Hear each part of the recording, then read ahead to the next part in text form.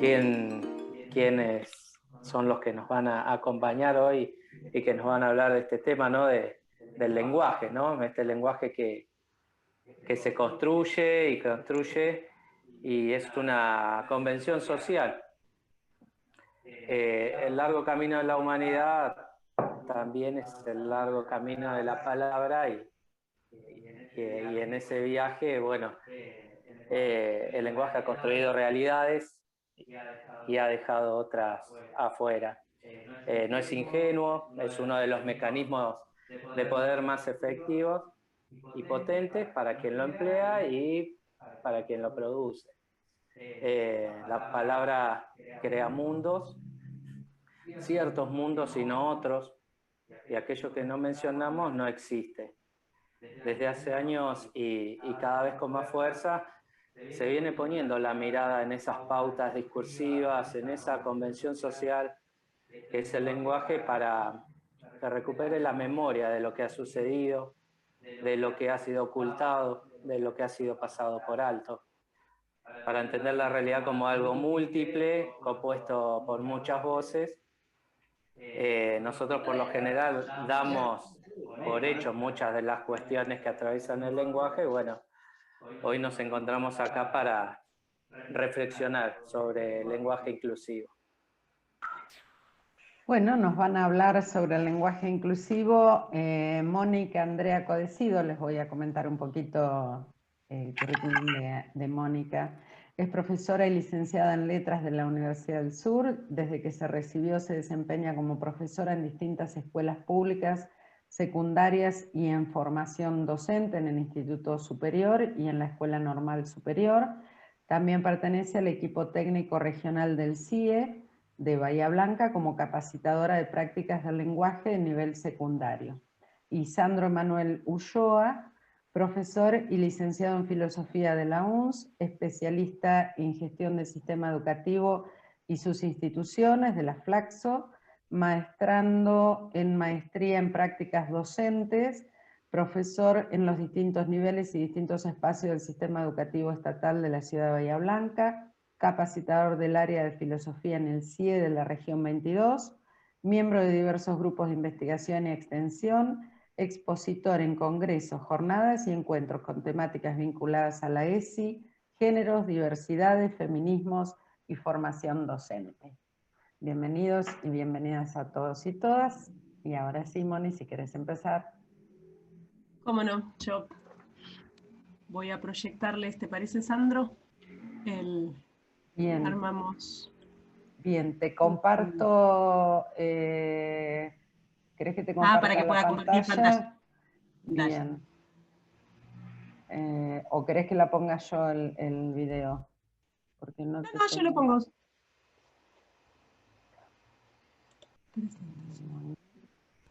Ahí estás, ahora sos hospedador vos. Ahí está.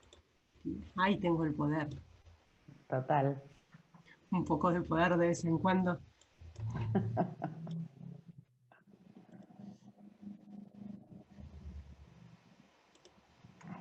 Ahí estamos. Bueno, con Sandro estuvimos pensando algunas cuestiones para poner sobre la pantalla, diríamos ahora, para conversar juntos, juntas, juntes acerca de este lenguaje inclusivo que nos interpela o que debería hacerlo. Y bueno, vamos a compartir con ustedes algunas preguntas y algunas posibles respuestas para abordar este tema. Vamos a empezar con la obvia, ¿sí?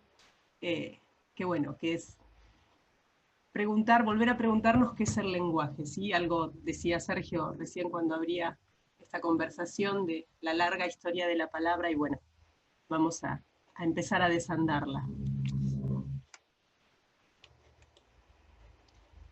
Bueno, buenas tardes para todas, para todos, para todes. Me sumo a lo que decía Mónica y bueno, les invitamos a que utilicen el chat por si quieren hacer preguntas, consultas. La idea es que trabajemos más o menos unos 40 minutitos un poquito más, poquito menos, nosotros hablando, y después de eso que demos lugar a las preguntas, al intercambio, ¿sí? A debatir algunas ideas. Como decía Mónica, partimos de esta primera pregunta, ¿no? ¿Qué es el lenguaje? ¿No? Como algo bien, este, si se quiere, obvio, pero no tan obvio. En principio, también les contamos que el recorrido que hicimos fue algo que el recorrido de las filminas, de lo que vamos a proyectar, tiene que ver con recoger en los distintos espacios en donde circula el lenguaje, que son las redes sociales, y tomamos algo que con Mónica nos gusta mucho, que son los memes, ¿sí? Y las distintas posteos de internet que justamente dan cuenta algunos de ellos de la cuestión del lenguaje inclusivo. Si tuviésemos que decir, bueno, ¿qué es el lenguaje? Una de las primeras cuestiones que aparece es que el lenguaje es, como recién decía Sergio, una construcción de la cultura, pero a su vez el lenguaje es cultura, es una forma, ¿sí?, de expresión de la cultura. Y en este sentido, cuando hablamos del lenguaje, hacemos referencia al conjunto de las herramientas, las construcciones, las formas de intervención que en algún sentido caracterizan, ¿sí?, a les humanos, ¿no? A veces solemos decir, ¿sí?, que el lenguaje no es privativo de los seres humanos, pero sí vamos a decir que es una de las características que permiten la humanización. En ese sentido, cuando hablamos del lenguaje, bien vale aclarar, ¿sí?, que cuando usamos la palabra lenguaje, ¿sí?, no estamos haciendo referencia solamente a aquel lenguaje que se manifiesta, ¿sí?, o que se expresa mediante signos lingüísticos, ¿sí? Existen distintas expresiones del lenguaje y distintos modos, ¿sí?, de comunicación en el lenguaje. Quizá una de las cuestiones más importantes para poder pensar el lenguaje también es que el lenguaje es una forma, una manera de aprender, ¿sí?, la realidad y de comprender el mundo, ¿sí? Es una forma, es un medio, es una herramienta, ¿sí?, para apropiarnos de la realidad. Pero también en esto de apropiarnos de la realidad, y bien vale ahí lo que decía Margarita, ¿sí?, mi formación en filosofía, cuando nosotros nos apropiamos, la estamos interpretando, ¿sí? Por eso, como justamente dice Foucault, una de las cuestiones que tenemos que pensar es que en esa interpretación también hay modificación y variación, ¿sí? También estamos justamente creando cultura con este lenguaje, ¿sí?, y dando lugar a la referencia de la realidad, ¿sí? Miren, por allí desde la filosofía les diría algo así de rapidísimo, ¿sí?, y es que sin lenguaje la realidad no existe, ¿sí? Entonces, en ese sentido, por eso hablamos de la aprehensión, ¿sí?, la forma de apropiarnos, ¿sí?, del mundo. También es justamente un modo de concebir y de percibir, ¿sí?, la realidad. Y también tiene que ver con una construcción, el lenguaje, ¿sí?, es una construcción que nos permite lograr una cierta identidad, ¿sí?, nos permite una identificación, ya sea que hablemos de una identificación en el sentido cultural, ¿sí?, una identificación en un sentido geográfico, una identificación en modos de ser y de percibir el mundo. Y para poder cerrar un poco esta cuestión de qué es el lenguaje y que podamos pensar en qué características tiene, algo que quisiera retomar antes de leer la cita de un documento que después les dejamos la referencia por si lo quieren consultar y ahora les contamos cuál es algo que dice Foucault, ¿sí? Porque cuando hablamos del lenguaje, que es lo que nos va a ocupar hoy, que es el lenguaje que se expresa en signos lingüísticos, siempre tenemos que hacer referencia y retomar algo que también lo ha dicho el psicoanálisis, pero nosotros lo tomamos de la filosofía, y Foucault dice específicamente que el lenguaje, ¿sí?, no alcanza, ¿sí?, para mencionar todos los aspectos que existen en la realidad, pensando como algo independiente de quien interpreta, pero por otro lado, el lenguaje siempre desborda, ¿sí?, aquello que queremos expresar, que quizá es lo que más específicamente dice el psicoanálisis, ¿no? El lenguaje como una expresión del inconsciente. pero me parece interesante con Mónica rescatar esta idea de la interpretación del lenguaje y las sospechas, porque esto que nos planteamos ahora, que es pensar el lenguaje inclusivo, cómo nos interpela, ¿sí? Y qué es en definitiva el lenguaje inclusivo, también tiene que ver con algo que ya ha sido pensado desde la historia y puntualmente desde la filosofía en distintos ámbitos, ¿no? En donde se ha planteado la representación, el cuestionamiento y la interpelación del lenguaje, ¿sí? No solamente respecto de cómo es él y cuáles son los buenos usos y los correctos usos del lenguaje, sino también cuál es el vínculo que existe entre el lenguaje y la realidad, ¿no? La filosofía por allí, una de las cuestiones que manifiesta también es que cuando pensamos en el lenguaje habría que analizar cuáles son, ¿sí?, los elementos de la realidad que posibilitan la construcción de un determinado tipo de lenguaje, ¿no? Eso también vale para otra cosa que no vamos a abordar ahora, pero bien vale mencionarla, cuando se habla de algo que estuvo bien de moda y que sigue estando bien de moda en este tiempo, es el lenguaje de las emociones, ¿no? O que es las emociones como una forma de expresión del lenguaje, ¿no? Entonces allí también hay algo para pensar y para interpelar. Bueno, en relación a esto, miren, les recomendamos un documento que les citamos al final, que es un documento que tiene muy poquitos días, que publicó la Universidad de Mar del Plata, que habla sobre el lenguaje inclusivo, pero más que hablar del lenguaje inclusivo, también hace algo que es muy interesante, que es proponer cuál es su uso, ¿sí? Pero allí aparece una definición del lenguaje que nos gustaría compartir con ustedes. Y dice así: el lenguaje es un instrumento de expresión y transmisión de nuestro pensamiento y cultura. Y es por esto que refleja las características de la sociedad de cada época histórica. Es una construcción social y por lo tanto no es estático ni su uso neutral. Y por eso justamente damos lugar a esta pregunta. Bueno, ¿cuáles son las características de esto que definimos como lenguaje? Como decía Sandro, vamos a centrar en el lenguaje de los signos lingüísticos. Y la idea no es aburrirles con una charla de lingüística, así que haciendo una simplificación extrema, las compañeras que vi de la carrera me van a disculpar la simplificación, pero es para no aburrirles con tecnicismos. Vamos a presentar el lenguaje de manera general, muy reducido, desde una perspectiva muy reduccionista, como un sistema de signos lingüísticos y normas, ¿sí? Y el principal componente de cambio dentro de este sistema es precisamente el signo lingüístico, lo que en el cotidiano llamamos las palabras. Prometo ser súper breve con estas cuestiones de definiciones lingüísticas. ¿Qué es un signo lingüístico? ¿A qué llamamos signo lingüístico? Esto que les decía, la palabra.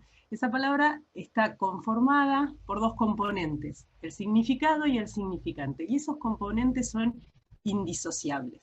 El significado, como su nombre lo indica, tiene que ver con el concepto específico, ¿sí? Si yo digo luna, en la cabeza de cada uno de ustedes va a venir el concepto de luna. Y el significante es el portador de ese significado, que es la palabra material. En este momento, los lingüistas dirían, bueno, la imagen acústica, porque me están escuchando. El soporte sería la imagen acústica, luna. Y si escribo, sí, es la palabra escrita, luna. Ese signo lingüístico, esa palabra, decimos que es arbitraria porque no hay en el significante luna, L-U-N-A y sus respectivos fonemas, nada que podamos asociar al concepto de luna, ¿sí? Esa asociación entre cómo suena o cómo se ve la palabra y el concepto que porta es absolutamente arbitraria. Y esto lo aprendemos desde muy chiquites, cuando empezamos a jugar con el lenguaje y de repente nos encontramos repitiendo mucho una palabra, tanto la repetimos que de repente nos suena extraña. Entonces ahí es como que disociamos el significante del significado y aparece esa pregunta que alguna vez nos hicimos todos de por qué la luna se llama luna y no pelota o no mesa, ¿a quién se le habrá ocurrido? Bueno, no sabemos a quién se le ocurrió. Lo que sí sabemos es que es arbitrario y que es imposible disociar un significante de su significado. Acuden juntos a nuestra cabeza, a nuestro pensamiento. Este signo lingüístico tiene estas características que son las que hacen que se manifiesten en el lenguaje. Es principalmente dinámico, y es dinámico porque responde a una necesidad.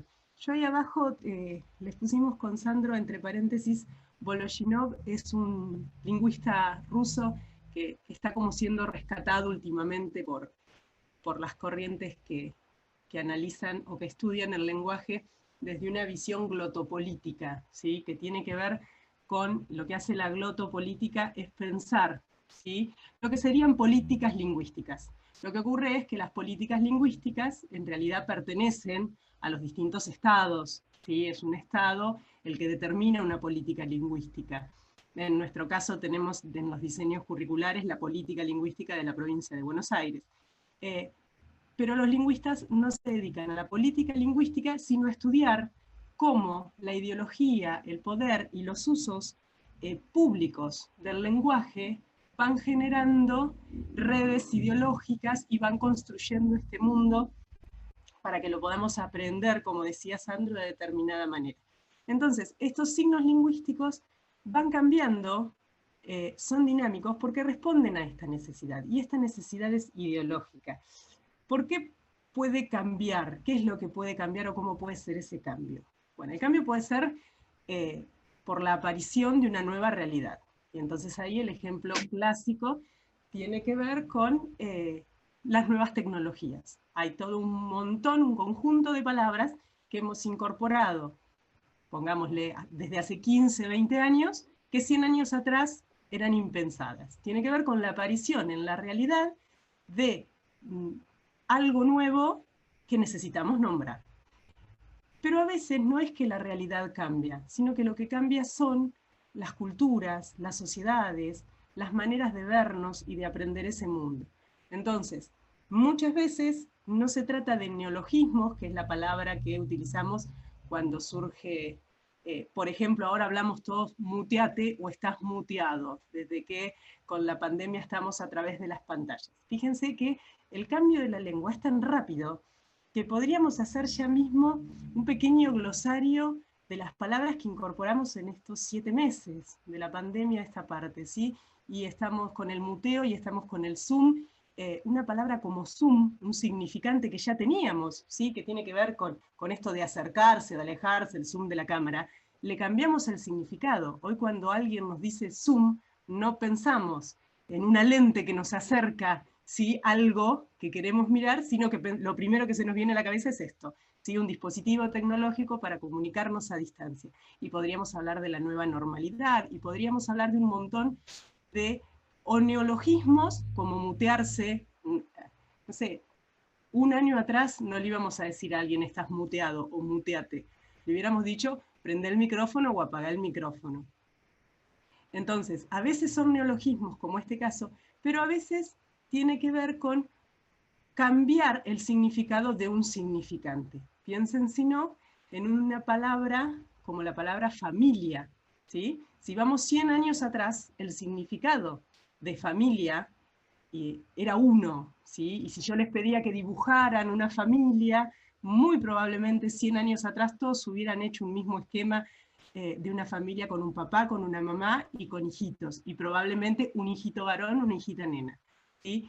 Si hoy le pedimos a cualquier chique de nuestros alumnos que dibuje una familia, y es muy probable que haya muchas distintas, ¿sí? ¿Por qué? Porque lo que cambió no es la palabra, lo que cambió no es la realidad, sino que lo que cambió es la manera en que estamos dispuestos, dispuestas, dispuestes como sociedad a mirarnos a nosotros mismos, mismas. Entonces, el signo lingüístico es dinámico, pero es dinámico porque responde a una necesidad, y esa necesidad en el mundo de los seres humanos es necesariamente ideológica, porque tiene que ver con cómo construimos nuestro estar en el mundo, nuestro poder pensar, nuestro poder aprender ese mundo en el que nos manejamos. Y una última característica muy importante del signo lingüístico es que es no unívoco. ¿A qué se refiere Voloshinov cuando habla de esto? que los significantes, que las palabras, no tienen un único significado, sino que hay muchas palabras, las más fuertes en cada cultura, que están en disputa, porque pueden tener distintas acentuaciones, dice él. Cuando él habla de acentuaciones, lo que está pensando es en una valoración, ¿sí? Está juzgando qué significado puede tener una palabra o la otra. Piensen, por ejemplo, y esto lo podemos aplicar a palabras muy complejas como patria, y podríamos pensar qué es la patria, y la patria va a tener distintos significados según qué grupo político, social, se dispute el significante, o va a tener otros. Pero incluso en una palabra como piedra, ¿sí? Uno de los ejemplos clásicos que damos en lingüística para demostrar que todo signo lingüístico es ideológico, es que podríamos pensar que una palabra como piedra no tiene ninguna carga ideológica, y sin embargo la tiene. Una piedra para cualquiera de nosotros no es lo mismo que lo que debe haber sido una piedra para alguien de la prehistoria. La piedra en la prehistoria era un instrumento para la caza probablemente, o para hacer herramientas, o para cocinar en un mortero, y entonces tenía un estatus, un valor en esa sociedad, la palabra piedra, que para nosotros es impensado, ¿sí? El dueño, la dueña, le dueñe de las piedras, ¿sí? De esos objetos de producción. En última instancia se trata de eso, ¿sí? De cómo pensamos el mundo en función de qué hacemos con ese mundo. Entonces, hoy para nosotros, las palabras que nos estamos disputando, por lo general, no nombran objetos, sino que nombran personas, nombran formas de estar en el mundo de esas personas, de construir sus identidades y de construir esos mundos, ¿sí? Entonces, esto de la acentuación múltiple de las palabras tiene que ver con esto. Hay ciertos significantes con los que vamos a discutir según al grupo al que pertenezcamos y las batallas que estemos dispuestos a dar, ¿sí? Insisto, piensen en palabras como familia, o piensen en expresiones. Cuando se vuelve a dar la campaña por el derecho al aborto, ¿sí? Y aparecen los grupos pro vida, bueno, algunos nos enojamos cuando se arrogan a sí mismos el derecho de llamarse providas. ¿Por qué? Porque nos están disputando un signo lingüístico, y esto lo decía de Saussure, que deja al resto del otro lado. Para Bologi no, los signos lingüísticos son ideológicos, para de Saussure no.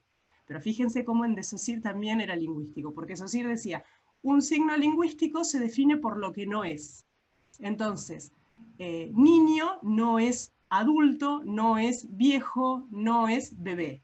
Bueno, pro vida no es una serie de cuestiones en donde nos dejan parados a quienes no estamos en ese grupo, ¿se entiende? Incluso cuando pensemos los signos lingüísticos en oposición a otros signos del sistema, la relación siempre va a ser ideológica y siempre va a tener que ver con qué signos nos vamos a disputar para construir esa realidad y ese orden de la realidad. ¿Mm? Ahí les pusimos una cita que yo no la puedo leer, Sandro, porque la podrías leer vos, porque me tapa Sí, la... la leo. La cita es de José del Valle y dice lo siguiente: es la vida social la que ha construido las regularidades del lenguaje, la que las ha elevado a la condición de norma cuando, por medio de distintos mecanismos, libros de gramática, diccionarios, manuales de uso, cánones literarios, ha generado modelos lingüísticos impregnados de moralidad, asociados a identidades sociales deseables o indeseables. Quien habla así es una persona culta, quien habla asá es ignorante, quien pronuncia así es marica, etc. José del Valle es un lingüista español que trabaja en Estados Unidos, y yo me animaría a agregarle que esa norma, que esa gramática que se va construyendo, que la construye la vida en sociedad, además de estos medios como son los libros y los soportes, juegan un rol muy importante las instituciones, ¿sí? Pensemos en las academias, pensemos en este meme que recién nos ponía Sandro de la cara de San Martín cuando vos le pedís autorización a la Real Academia para hablar, ¿no? Pensemos en las academias. Nosotros tenemos una Academia Argentina de Letras que se ha expresado, ¿sí?, sobre el lenguaje inclusivo, y por lo general no son las citas que utilizamos. Pensemos en la escuela es una gran institución, o una institución, bueno, sí, es una gran institución, pero lo que quiero decir es que es una institución que tiene mucho que ver en esto de sancionar estos usos o estos modelos lingüísticos impregnados de moralidad, ¿sí? A nadie le hacía ruido que cuando yo estaba en la escuela me dijeran, sentate bien que sos una nena,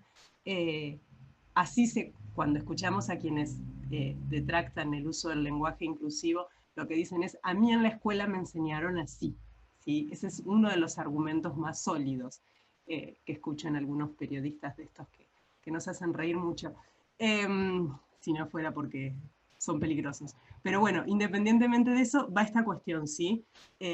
Las gramáticas y las leyes de la lengua son tan arbitrarias y tan culturales, tan construidas como el propio signo lingüístico. Y bueno, y esta Mónica, pregunta... perdón, si me dejas decir algo, quisiera agregar una cuestión a esto que venías diciendo que me parece importante, que también lo expresa otro filósofo que se llama Friedrich Nietzsche.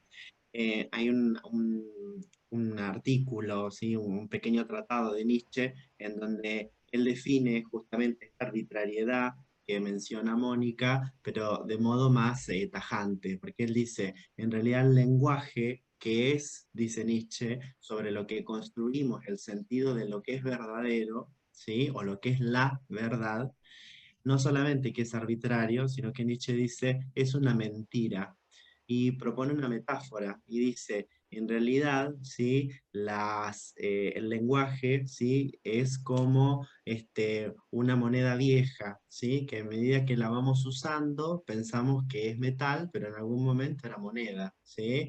Es decir, claro, son mentiras, dice él, que nos creamos, pero que en la perpetuación de su uso las tomamos como normas y pensamos que son naturaleza, que siempre fueron de esta manera, que siempre fueron de este modo, ¿sí? Y podríamos agregar a lo que dice Nietzsche, le creamos, ¿sí? A esas normas instituciones que las legitiman, ¿no? Por eso Mónica hacía referencia a la importancia que tienen las instituciones para convalidar lo que es adecuado o incorrecto.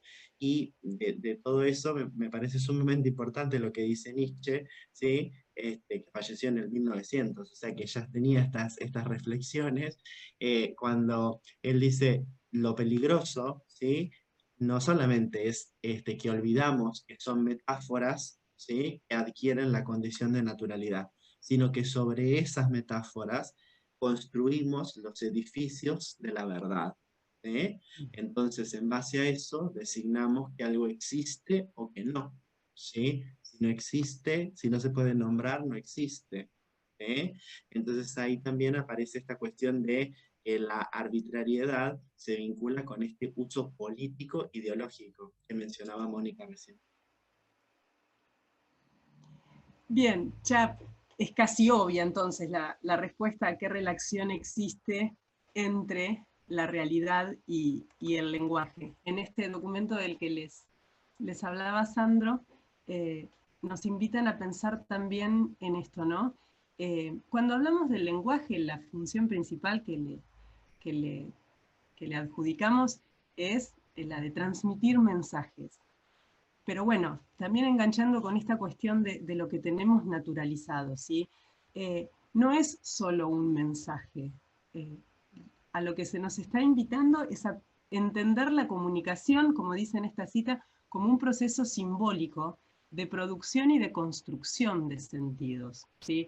El lenguaje da soporte a la cultura como organizadora de nuestra experiencia práctica.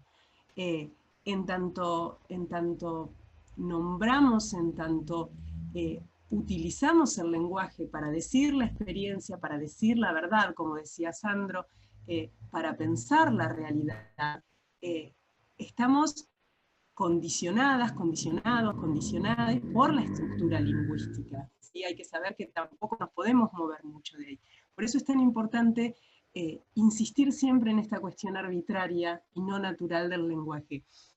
Voloshinov, al igual que Vygotsky, cuando pensaban acerca de la relación, por ejemplo, entre el lenguaje y el pensamiento, lo expresan claramente. No existe en nuestra conciencia, dicen ellos, en nuestra cabeza, diríamos nosotros, no existen pensamientos amorfos que luego codificamos en mensajes. Pensamos con estructura lingüística, ¿sí? No podemos escaparnos del lenguaje. Por eso siempre insistimos en la escuela en esto de complejizar el lenguaje, de que cada vez sea más complejo, de que cada vez sea más rico en términos de más caudaloso. Cuanto más palabras tengo, cuanto más puedo, más signos tengo para pensarme y para pensar, más puedo complejizar, más puedo sentirme libre, ¿sí? En alguna medida, de que el lenguaje no me esté coartando esos pensamientos, ¿sí? La manera de expresarme es eminentemente lingüística. No pensamos en imágenes, no pensamos de manera amorfa, no sé cómo decirlo, ¿sí? Los pensamientos encarnan en el lenguaje, porque el lenguaje es el medio, es el que organiza el pensamiento. Mónica, esto que vos estás mencionando recién, hay otro filósofo que se llama David Hume, un filósofo empirista inglés, dice que justamente nosotres no podemos no pensar sin imágenes que construimos a partir del lenguaje, porque en definitiva lo que hacemos cuando queremos pensar esto que dice Mónica, lo amorfo, lo asociamos a imágenes conocidas. Entonces él habla de la asociación de la asociación de esas ideas, ¿no? Entonces, lo que dice Hume es, bueno, pero si nosotros, no quisiéramos pensar sin lenguaje, no podríamos, ¿sí? ¿Y por qué no podríamos? Porque siempre asociaríamos a algo que forma parte de la existencia, ¿sí? Entonces, les doy un ejemplo. Yo les digo, bueno, piensen, por ejemplo, un unicornio, ¿sí? Y entonces ahí se terminaría el empirismo, porque nosotros decimos, bueno, nunca vimos un unicornio, entonces no podemos decir que ese unicornio exista. Por ende, el unicornio, ¿sí? No existe y es mentira. Y sin embargo, miren, sin embargo, ahora podemos decir, bueno, está bien, cuando Hume planteaba su teoría no existían los medios de comunicación, ni las redes sociales, ni las imágenes impresas. Bueno, las imágenes impresas sí, pero ¿qué pasaba con esto? Nosotros decimos, bueno, está bien, se me viene a la cabeza, como dice Mónica, la imagen de unicornio, mi pensamiento está condicionado por esa palabra, y yo pienso en unicornio e imagino, no sé, las cosas que usan nuestros alumnos, ¿no? Que todo es con unicornios. Ahora, Hume dice, no, lo que nosotros pensamos es la idea de caballo con la idea de cuerno, ¿sí? Que seguramente vimos un caballo y un cuerno, ¿sí? Y entonces asociamos, agrupamos ideas, ¿sí? O sea que el pensamiento, en definitiva, está determinado por esas categorías de estructuración del lenguaje. Y ese hablar, ese escribir, nos posiciona siempre, como vuelve a decir José del Valle, este lingüista español que les decía, en este universo social, ¿sí? Cuando hablamos, no solo hablamos de las cosas, de los conceptos, de aquello que es el tópico, la referencia externa, ¿sí? El objeto de nuestro discurso, que en este caso sería el lenguaje inclusivo, sino que también hablamos de nosotros mismos, ¿sí? Cuando yo elijo decir nosotros mismos, no estoy hablando del lenguaje inclusivo.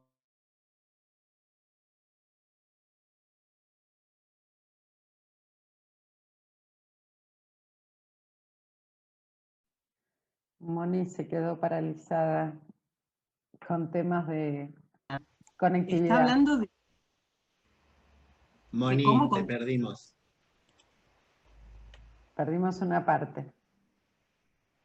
¿Ahora me escuchan? Y ahora sí.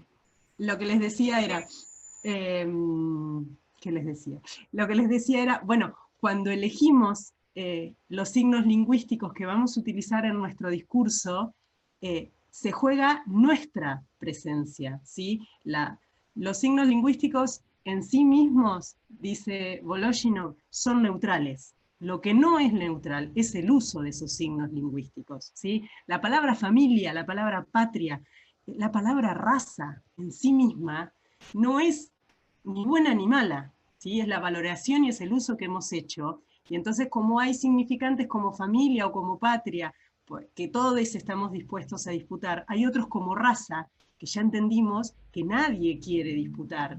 Y entonces le damos vuelta cada vez que hay un conflicto racial y volvemos con la etnia y pensamos y le damos vuelta para no caer en el concepto de raza, porque por ese concepto de raza, por ese significante y ese significado, hemos visto las peores atrocidades de la humanidad. Entonces ahí vemos cómo estos signos lingüísticos están cargados de ideología. Y cuando una persona habla, y eso es importantísimo para nosotros que somos docentes, tenemos que enseñar que cuanto mejor conozco el lenguaje, más posibilidades tengo de demostrar dónde me quiero parar y cómo quiero ser. ¿Sí? Yo puedo hablar de una persona que nació en Estados Unidos, o puedo decir que es un neoyorquino, o puedo decir que es un americano, o puedo decir que es un yanqui. Y la palabra que yo elija para nombrarlo, les va a indicar a ustedes más de mi manera de mirar al mundo que de esa persona en sí misma. ¿Sí? Que yo diga que Trump es un yanqui no es lo mismo a que diga que Trump, no tengo ni idea de dónde nació, que es neoyorquino. ¿Sí? Entonces, esa posibilidad y ese manejo que tengo, estoy a la calle, perdón, de elegir entre un repertorio de signos, me permite ser más consciente del mundo que quiero nombrar y de cómo lo quiero nombrar. Y cómo le estoy diciendo al mundo, mira, yo te nombro así. ¿Sí? Por eso me gusta mucho esta cita en la que José del Valle le responde a aquellos que nos dicen, bueno, están deformando el lenguaje. Bueno, no, desde una perspectiva glotopolítica, esta transgresión explícita de la norma, ¿sí? No tiene nada que ver con la ignorancia ni con el desconocimiento, tiene que ver con un condicionamiento político, con demostrar precisamente la condición política e ideológica del lenguaje, ¿sí? Que se esconde tras un velo de supuesta naturalidad. Entonces, cada vez que transgredimos con el uso del lenguaje inclusivo, le estamos diciendo a los que nos oyen, a los oyentes, a los hablantes, bueno, mirá, este mundo así como está, yo lo empiezo a pensar de esta manera, con estos signos lingüísticos, desde este posicionamiento. Fíjense, les quería mostrar cómo en este tuit de la RAE, fíjense cómo dice, el llamado lenguaje inclusivo supone alterar artificialmente el funcionamiento de la morfología de género en español bajo la premisa subjetiva de que el uso del masculino genérico invisibiliza a la mujer. Más subjetivo que esto no van a encontrar nada. ¿Sí? La Real Academia Española tratando de decirnos que hay una alteración artificial, como si algo no fuera un artificio en el lenguaje. El lenguaje es un artificio. El lenguaje es un instrumento, el lenguaje es creación humana. Y diría José del Valle, la norma está para ser transgredida, como cualquier norma, o para ser reafirmada, o para ser revisada. Pero bueno, se supone que instituciones como la Real Academia describen el lenguaje. Sin embargo, lo que nosotros sabemos es que en realidad prescriben usos que asocian, ¿sí?, a ciertas moralidades.